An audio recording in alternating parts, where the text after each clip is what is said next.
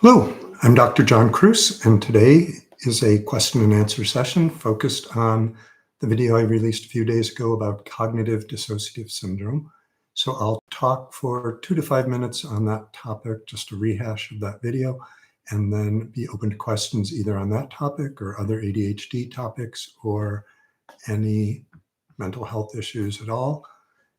If the sound is recording fine, let me know because there were problems a few days ago, but hopefully you can hear me and everything's going okay. So to launch into it, cognitive disengagement syndrome, I might be abbreviating it as CDS, it was formerly known as slow cognitive tempo, is a collection of traits or behaviors consisting of low energy, fatigue, social withdrawal, slow thoughts, daydreaming, being zoned out, and it's strongly associated with, but distinct from ADHD, and particularly associated with inattentive ADHD. Now, right now, it is not officially a separate diagnosis. It's not recognized in the DSM or the World Health Organization. Some people are lobbying strongly for that. A rigorous scholar and researcher is the major driving force behind our recognition and acknowledgement of this collection of symptoms. He's certainly not the only one who's doing research on it, but he has been prominent in its creation. So originally proposed there were 16 different symptoms divided into 3 different categories.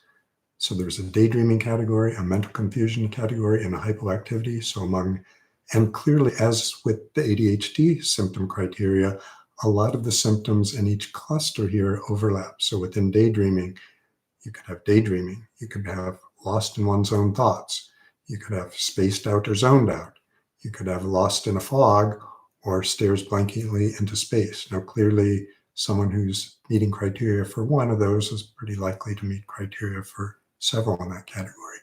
The mental confusion category consisted of losing train of thought, difficulty putting thoughts into words, forgetting what I was going to say, having thinking that is mixed up, being easily confused, and having thinking that is slow.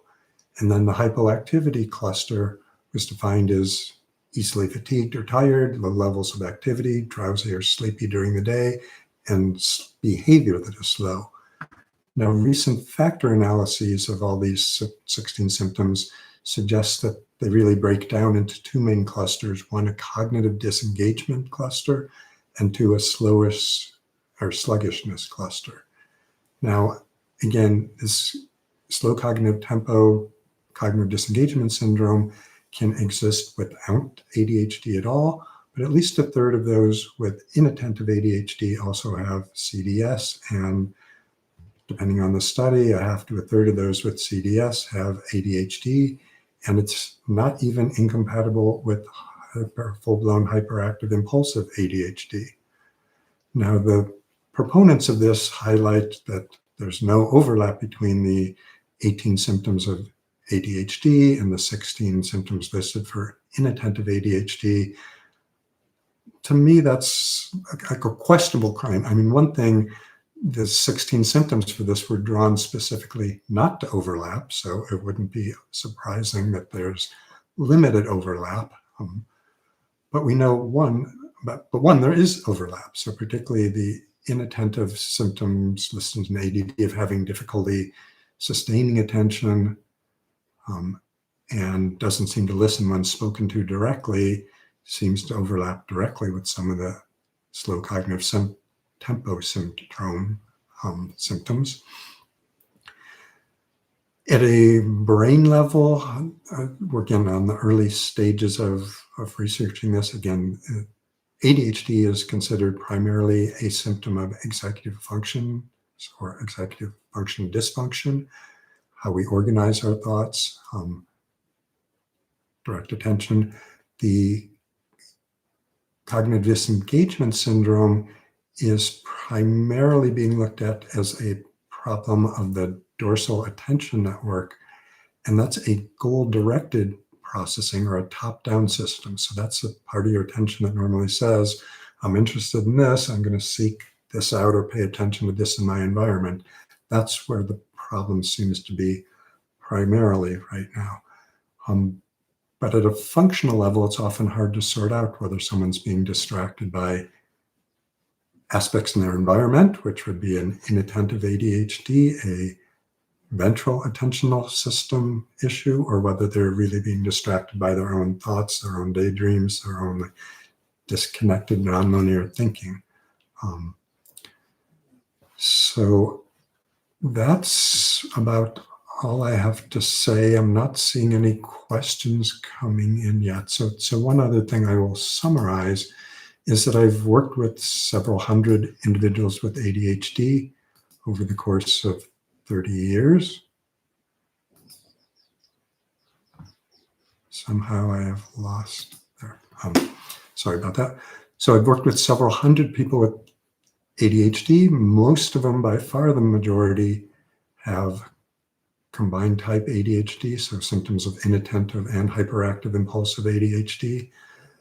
I've seen a few who have pure inattentive ADHD. I've seen at most a handful of people, I can only think of one or two right now, who would even begin to fit the profile of slow cognitive tempo. Again, I'm not saying some of those traits might not have been present in some of the people, particularly with inattentive ADHD.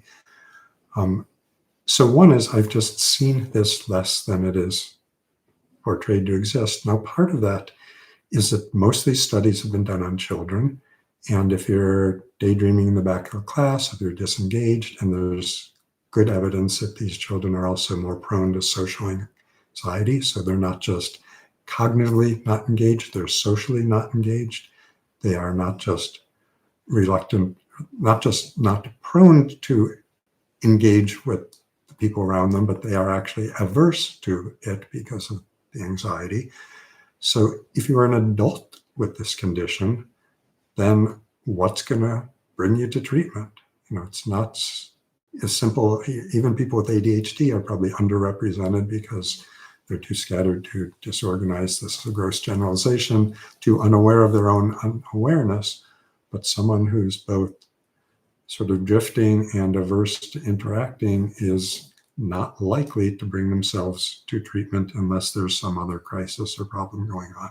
So I think in the sort of real world sense, we are seeing less of it in the adult psychiatric world than it probably exists. So I do see some questions there, so thanks. And I'm assuming then that means the sound is working okay. So Dennis says, I've heard that Nardil works wonders for social anxiety. Is that because it works on serotonin, dopamine, GABA, and noradrenaline? So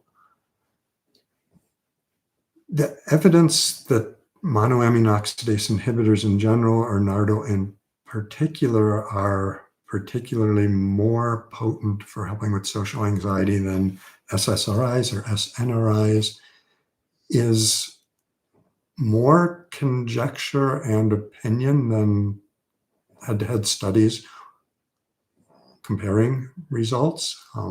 So that doesn't mean it might not really be true, but I'd say the evidence supporting that it's true is really, really weak. I mean, even the Psych 101 textbook, that melancholic depression and atypical depression, so people who are rejection sensitive, who are agitated and anxious, really a difference. That doesn't mean there isn't, it just means it's been, the claims for there being a difference are greater than we've been able to consistently show.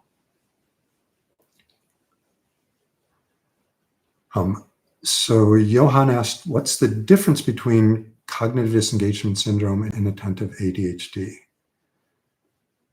I have the whole video on that. So again, cognitive disengagement syndrome, one includes a component of slow cognition and slow physical behavior. So someone is moving slowly, thinking slowly, looking like they're in a perpetual dream state. And again, the attentional component is considered to be more a top-down, again, a motivational intentional. So normally we choose what I'm going to look like, what I'm going to prepare for, what I'm going to do based on our motivations, our plans, our hopes, but our attention is also pulled or redirected by what so our plans, our desires, our goals are the top-down attentional network, the dorsal attentional network. The ventral attentional network is how you respond to a sound, a smell, a sight, something going on in your environment. So it's reactive, it's responding to the world around you, and the claim is, even if they may look the same at a presentation level, that the attentional problems, the getting off track in CDS, cognitive disengagement syndrome, is coming more from that dorsal problems with planning, problems with motivation, and coordinating that with your focus, the direction of your thoughts, than where with inattentive ADHD, it's again more that you are pulled off track by environmental stimuli, a bottom-up approach. Again, clearly individuals can have both going on, and the data, even when they've tried to define it so clearly that it has minimal overlap, is again, probably at least a third of people with inattentive ADHD do fit some substantial CDS symptoms. People with CDS do fit, about a third at least, do fit criteria for inattentive ADHD.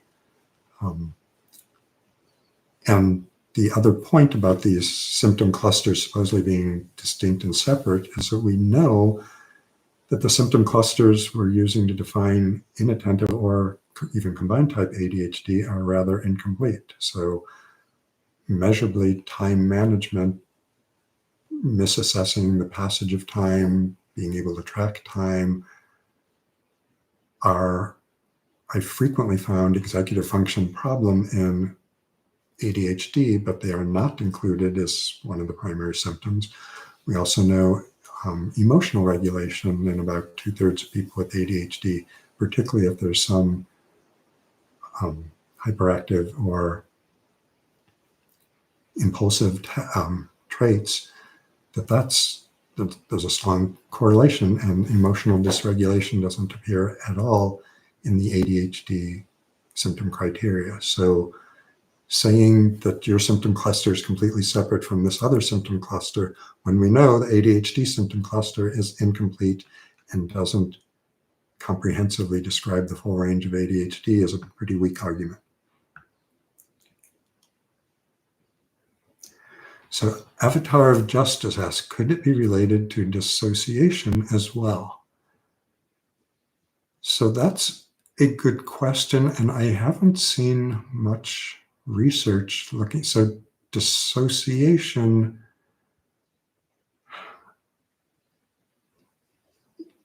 and I don't have the definition at the top of my head, but it's usually losing track of your sense of self, sense of reality, getting lost in time, getting confused.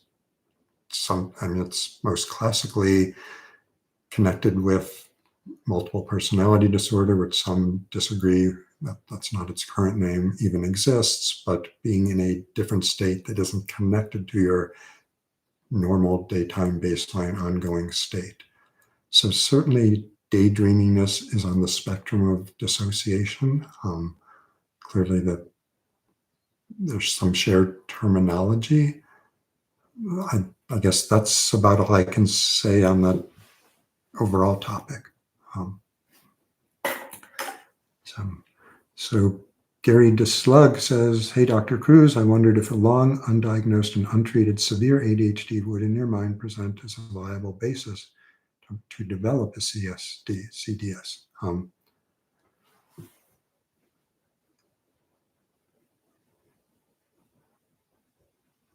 So again, it makes sense to me that having CDS traits, or if we're going to call CDS a separate condition, in itself would contribute to it being long undiagnosed, because you're not even seeking treatment or attention for it. Would be more sort of you're lost in your own world and not. And people with CDS are markedly, high rates of depression, high rates of anxiety, and higher than the amount of ADHD they have would account for it. So this is adding to some amount of distress. But again, if your pattern of distress and maybe your coping mechanism for dealing with the distress is to stay in a daydreamy, detached state, that would increase the likelihood that you're going to be undertreated and are underdiagnosed. I would say though, ADHD, and in some ways the severity of the more severe, the more unaware of how impaired your own attention might be, severity of ADHD, if you don't have caring or attuned family, doctors, friends recommending, hey, maybe you should get this checked out.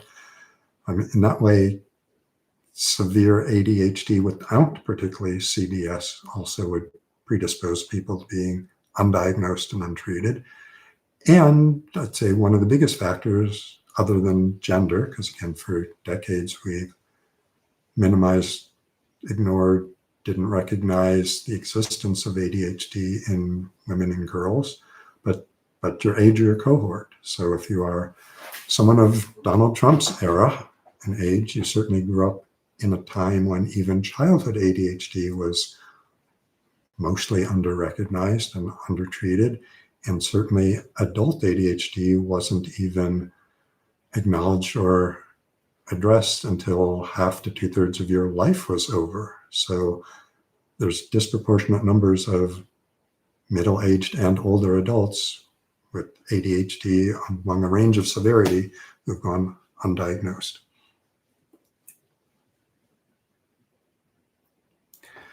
So Mr. AK asked, do I think this condition should or will end up being considered a separate disorder in the DSM? So there is certainly a concerted movement to do this. Again, Russell Barkley, who is a very rigorous and intelligent researcher, has done considerable research showing that this is distinct from inattentive ADHD. I think it's very clearly that there is some entity, whether we call it a collection of traits, whether we label it a new condition.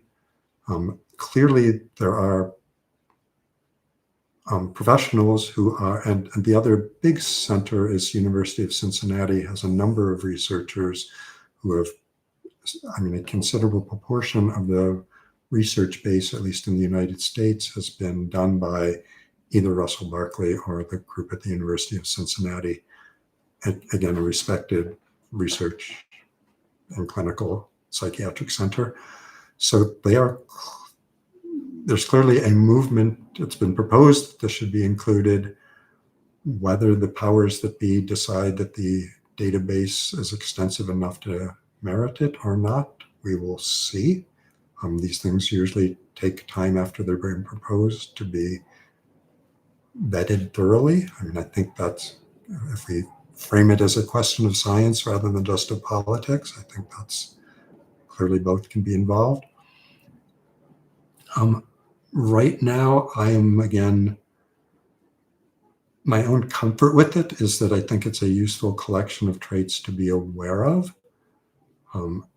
If there were clearer treatment guidelines, but the treatment guidelines, there was some research that suggested if you had ADHD and CDS, then methylphenidate Ritalin was a little less likely to be effective for your ADHD than if you didn't have CDS. And lots of people interpret that as, oh, this doesn't respond to medication, doesn't respond to stimulants.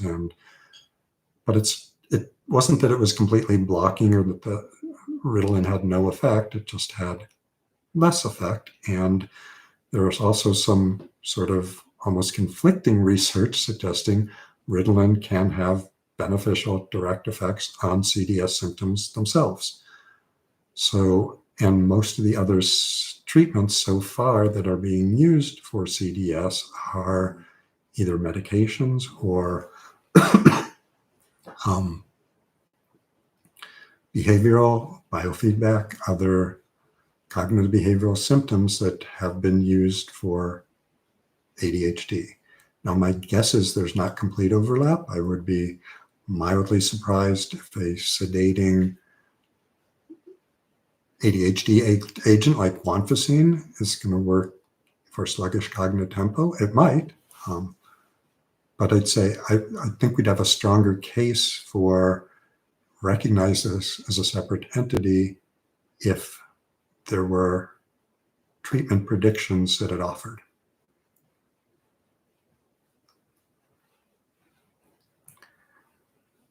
So I'm not seeing any other questions on ADHD. Any questions on CDS?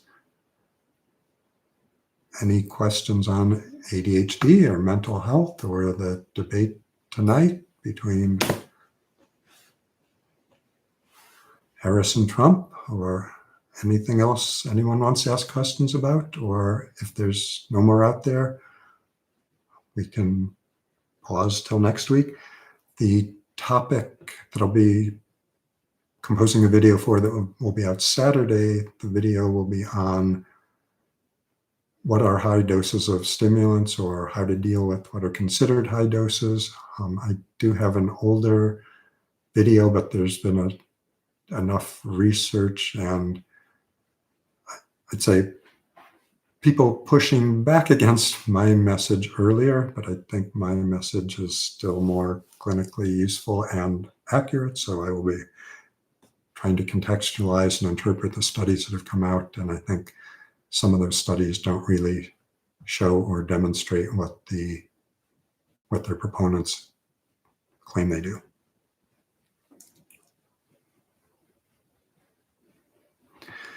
So Mr. AKA said, I think he saw an fMRI study showing that slow cognitive tempo. So there is at least one study, and it actually suggested there was both a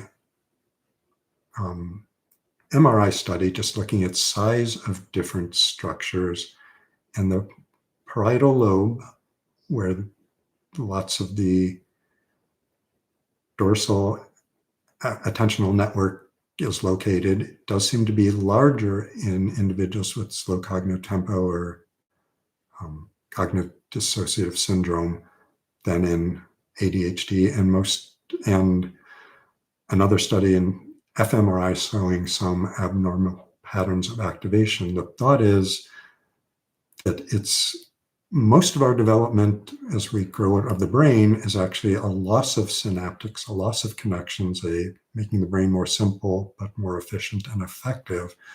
So that's a lot of what learning is about. So the claim is that people with SCT, CDS didn't have enough pruning in this parietal lobe dorsal attentional network system. So they are sort of overly wired, overly connected, overly therefore prone to being distracted, lost in their own thoughts, meandering rather than finding clear, efficient pathways through or around their own thoughts.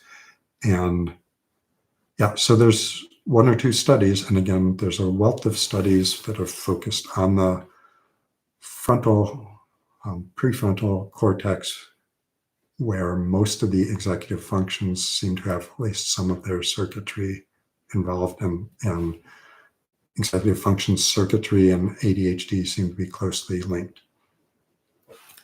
So Wednesday Ophelia has a question. Go ahead. So Avatar of Justice asks, could issues with working memory cause similar symptoms? So absolutely, and I've talked about this before, touched on it.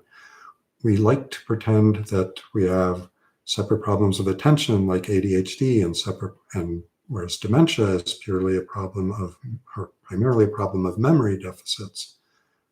But if you aren't keeping something in mind long enough to store it and code it, then you're not going to remember it. You're going to be distracted. You're going to be so there can be considerable overlap between memory problems, working memory specifically, and with attentional focus, sustained concentration syndrome. So many of these executive functions overlap and influence each other. Many of them can cause problems in the finished behavioral or cognitive product that looks similar.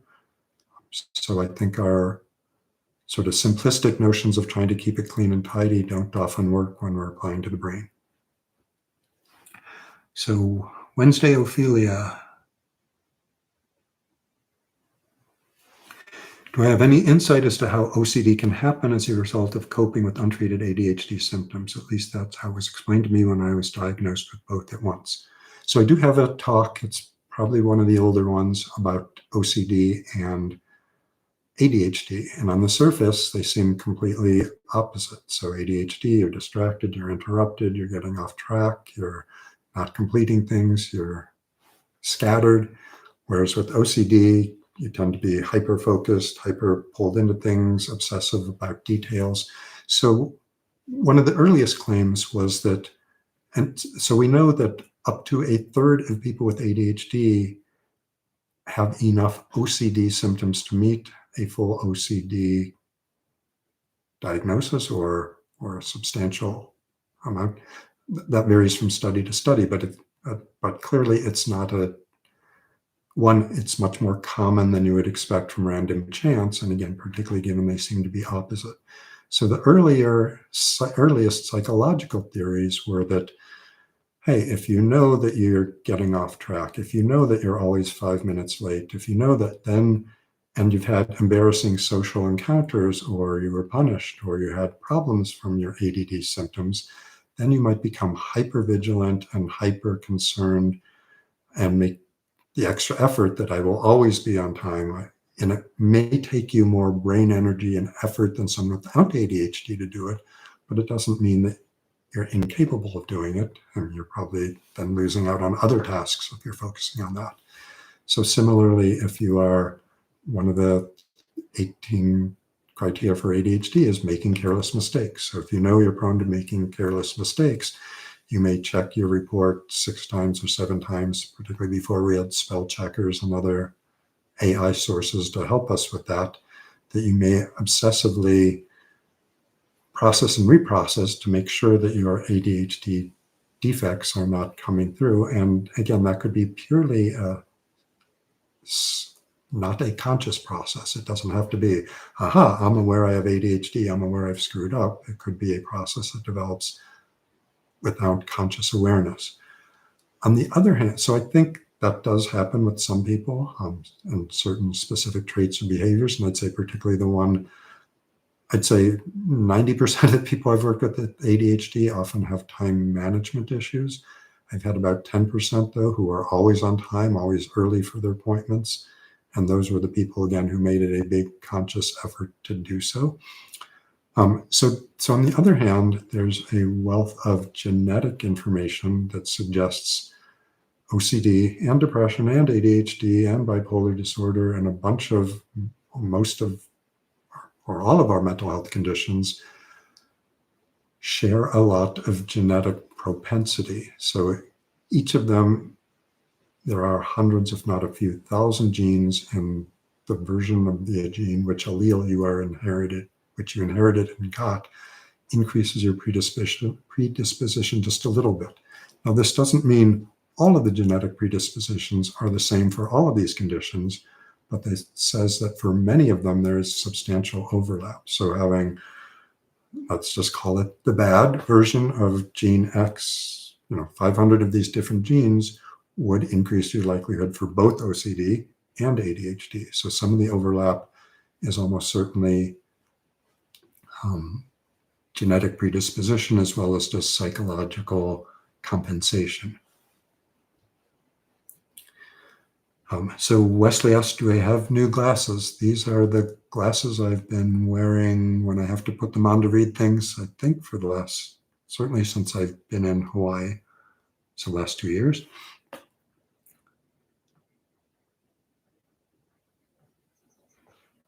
So Borislav Litvinov says, I would like to kindly pay attention to page 11 of that research. So I'm happy to try to comment, but I just don't know what you're referring to right now at page 11 of which research. So if you can say more, then maybe I can comment intelligently, or maybe I can't.